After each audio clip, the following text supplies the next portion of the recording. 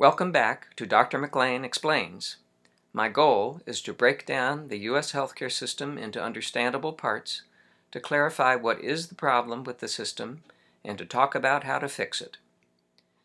In the first 6 segments, we reviewed the relentless growth of healthcare spending and how rising costs are literally built into the system as it is now.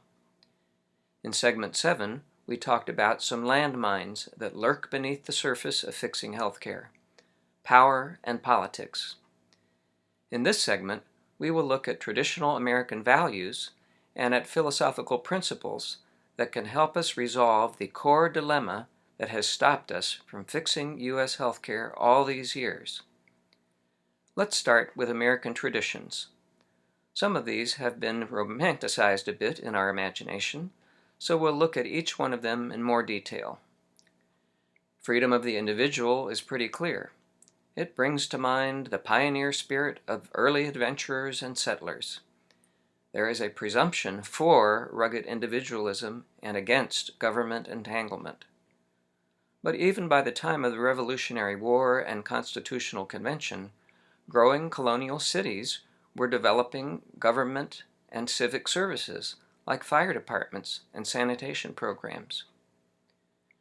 Free enterprise is a core American value, but here again there are examples from the earliest colonial days of collective projects, such as the Boston Commons, schools, and toll roads that stood alongside freestanding farms and shops. Next is Yankee ingenuity. Americans are entrepreneurs, innovators, practical problem solvers. We have never been bound by tired old ideas from Europe or elsewhere. We come up with our own ideas and forge ahead with progress. We'll come back to these concepts. There is an American tradition to distrust government. But if we look more closely at what this meant to the Founding Fathers, it was not government itself that they distrusted. In fact, Americans never embraced anarchy. They always set up orderly civic structures in every settlement and colony. What they abhorred was tyranny, the concentration of power in the hands of a sometimes capricious and self-serving autocrat. Further, they distrusted any individual person wielding authority. And so the constitutional framers crafted a government with the right balance between too much and too little authority, separate branches, and checks and balances. Today's institutions, including healthcare, will do well to build in the same kind of accountability, transparency, and checks and balances, especially since so much money and power is involved. And so I am going to rename this tradition distrust of tyranny and of human fallibility.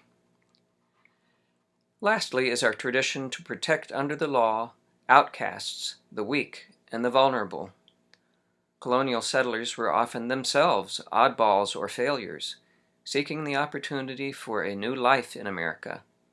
They enshrined protections for themselves in law, notably the Bill of Rights.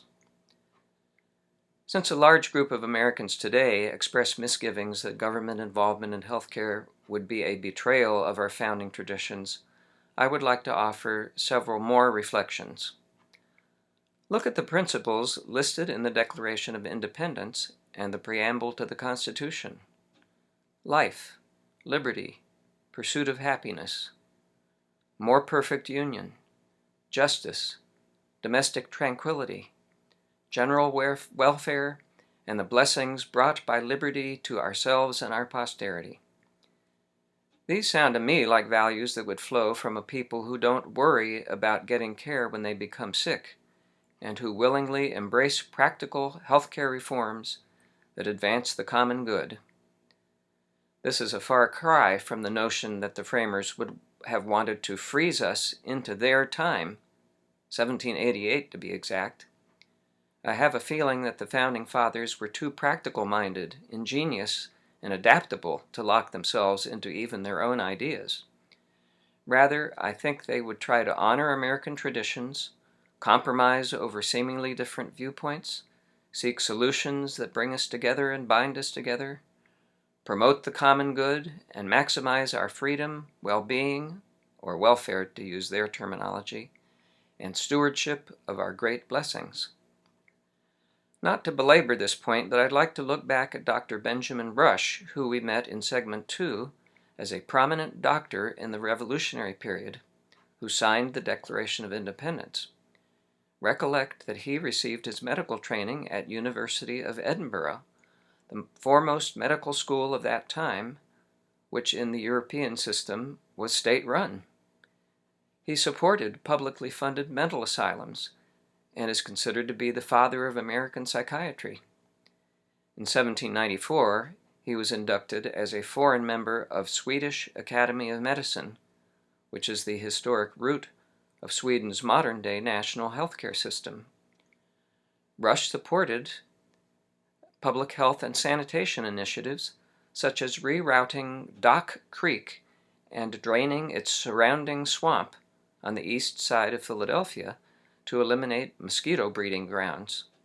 He established a public dispensary for low-income patients, and he founded the Pennsylvania Prison Society to protect rights of prisoners and promote their humane treatment.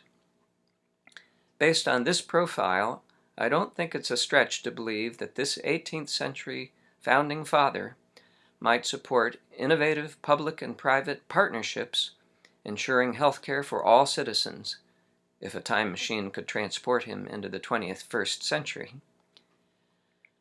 Now let's look at what some healthcare philosophers in this century say about fair ways to run the system.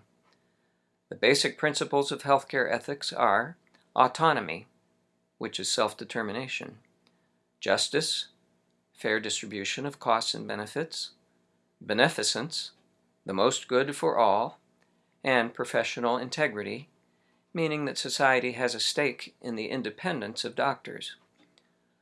One philosopher who has applied these principles to modern healthcare is Paul Menzel from Pacific Lutheran University in Washington State. He has been writing on the ethics of the healthcare system since 1983, when he came to Washington, D.C. to apply his philosopher's methodology to the issue until his retirement in 2012. Here are his views of the features of a fair system of healthcare delivery and financing. The system should provide cost-worthy care and cost-worthy care only, no wasteful treatments. The system should provide financial protection to sick individuals who need care. The system should make healthcare equitably accessible to all. The system should equitably distribute the costs of care between the ill and the well. The system should justly allocate the costs of care between the rich and the poor. The system should respect autonomy of patient choice, and the system should respect provider choice. Two other philosophers, one an ethicist and the other a doctor, have laid out a fair, publicly acceptable way to set limits on healthcare spending. There needs to be open, transparent deliberations, use of relevant criteria agreed on by all, an appeals procedure for individual extenuating cases, and uniform standards and regulations applying to all delivery and finance systems. Let's end on a key philosophical controversy in the U.S. Market justice versus social justice. Market justice means, in starkest form, that consumers can buy only what they can afford, and that giving them something that they have not earned is ethically and economically wrong. Social justice sees equitable distribution of healthcare as a societal responsibility without regard to ability to pay. Note that I am purposely avoiding the loaded words rights and privileges, which tend to inflame this controversy. It has been said that progress on healthcare reform is stymied by our country's inability to choose one or the other. We've been caught between the two ideas of justice. In the next segment, I will ask whether the two sides of the argument can come together, or does it need to be either or? Can we blend market justice and social justice? Can the U.S. take what's best from both the commercial business world and the public sector world? My answer is yes, and we'll look at a successful plan that did just that 20 years ago. I'll see you then.